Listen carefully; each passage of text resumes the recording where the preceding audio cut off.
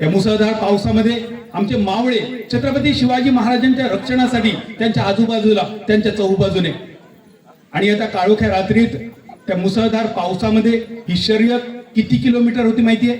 24 नव्हती, 42 नव्हती, तब्बल 52 किलोमीटर पर्यंत हे आमचे मावळे धावले.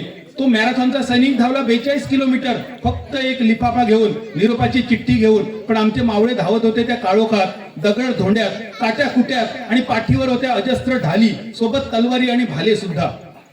दुर्दैवाने त्या 52 किलोमीटरच्या रेसची माहिती कोणालाच नाहीये.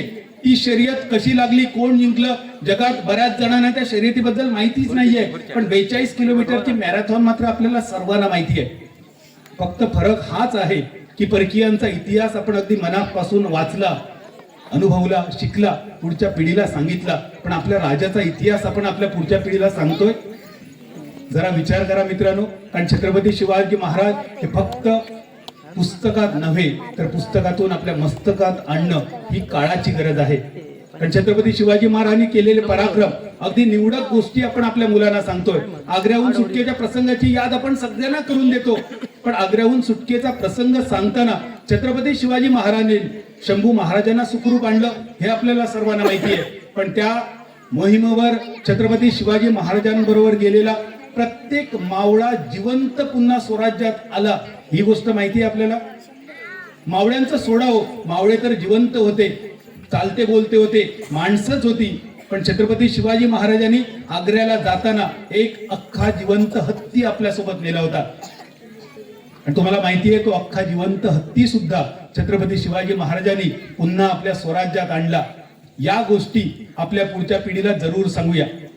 आज सुद्धा स्थापत्यशास्त्राचा इतिहास सांगताना छत्रपती शिवाजी महाराजांचं नाव घेतलं जातं.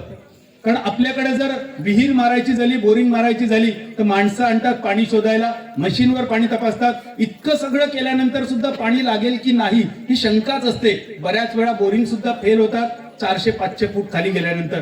पण आज समुद्र सपाटीपासून कित्येक हजारो फुटांच्या अंतर उंचीवर बांधलेले छत्रपती शिवाजी महाराजांचे गड किल्ले, त्या प्रत्येक गड किल्ल्यावर गोड्या पाण्याच्या विहिरी आहेत. त्या गोड्या पाण्याच्या विहिरीतील पाणी त्या गडातील प्रत्येक घरापर्यंत पोहोचवलं जायचं. पाईपलाईन नव्हती, पंप नव्हता, वीज नव्हती. कसं पोहोचवलं जायचं ही गोष्ट कधीतरी आपल्या मुलांना जरूर सांगूया. छत्रपती शिवाजी महाराजांची जयंती 19 फेब्रुवारीला अगदी उत्साहात आपण साजरी करूया. पण त्याचबरोबर वर्षभर छत्रपती शिवाजी महाराज आपल्या मस्तकात जरूर ठेवूया हा संदेश शिवजन्मोत्सवाच्या निमित्तानं आपल्याला देण्याचा प्रयत्न करतोय. एकदा आपल्या या लाडक्या राजाचा आपण जय जयकार करूया. कारण 20-22 वर्षात बांधलेलं तीव्र धरण अगदी डोळ्यात देखत मातीमोल झालं. पण 350 वर्ष छत्रपती शिवाजी महाराजांनी बांधलेले गड किल्ले आजही अरबी समुद्राच्या त्या अजस्त्र लाटांना तोंड देत भक्कमपणे उभे आहेत.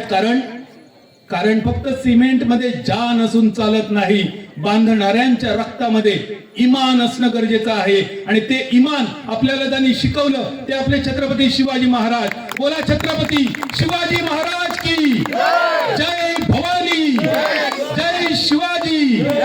छत्रपती धर्मवीर संभाजी महाराज की. राजमाता जिजाऊ मासाहेबांचा धन्यवाद. तुम्ही खूप नशीबवान आहात की दरवर्षी शिवजन्मोत्सव सोहळा आपण साजरा करतो. यावर्षी सुद्धा 3 दिवस सोहळा रंगला, विविध कार्यक्रम आणि आज आपल्या माता भगिनींसाठी हा पैठणीचा सोहळा. खरंच छत्रपती शिवाजी महाराज जन्माला यावे असं प्रत्येकाला वाटत असतं. पण त्यासाठी पहिल्यांदा जिजामाता जन्माला आली पाहिजे आणि ती जिजाऊ मला तुमच्यामध्ये दिसते. आज सुद्धा गेल्या वर्षी सुद्धा आपण सर्वांनी कार्यक्रमात भाग घेतला. बक्षीस मिळवणं ही दुय्यम गोष्ट, फक्त ते निमित्त आपण येणं.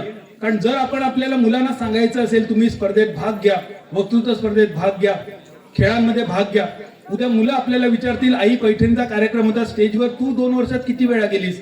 पुढच्या वर्षी जेव्हा कार्यक्रम होईल ना, निवेदक बादल असेल नसेल पण तुम्ही मात्र आवर्जून भाग घ्या. कारण तो तुमच्या मुलांसमोर आदर्श असेल. मी स्टेजवर गेली, भले मला बक्षीस मिळालं न मिळालं, मुलं सुद्धा तुमचा आदर्श नक्कीच ठेवतील आणि याच्यातूनच महाराष्ट्राची समृद्ध पिढी नक्की घडेल. तर बघूया 16 माऊली किंवा 17 माऊली जात आहेत पुढच्या